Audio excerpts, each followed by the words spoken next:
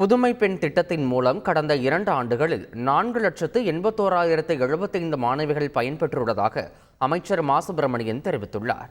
சென்னை நந்தனம் YMCAவில் நடைபெற்ற கல்வி கடன் முகாமில் அமைச்சர் மா. சுப்பிரமணியன் கலந்து கொண்டு மாணவிகளுக்கு கல்வி கடன் வழங்கினார்.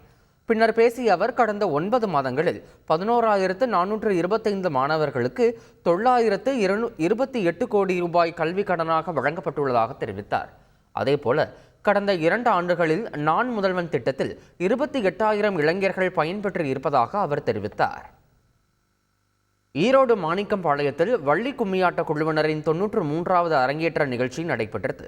இதில் 200க்கும் மேற்பட்ட பெண்கள் முருகன் வள்ளி திருமணத்தை நாட்டுப்புற பாடல்கள் வழியாக பாடியவாறு வள்ளி கும்மியாட்டம் அரங்கேற்றினர். அனைவரும் பச்சை நிற ஆடையில் ஒரே கும்மி அடித்து ஆடியது பார்வையாளர்களை வெகுவாக கவர்ந்தது.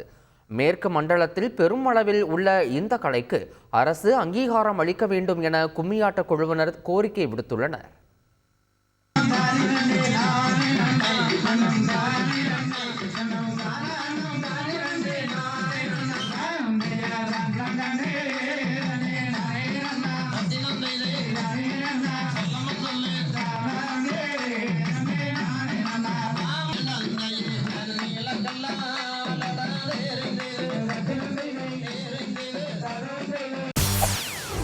செய்திகளை உடனுக்குடன் தெரிந்து கொள்ள உடனே சப்ஸ்கிரைப் பண்ணுங்க.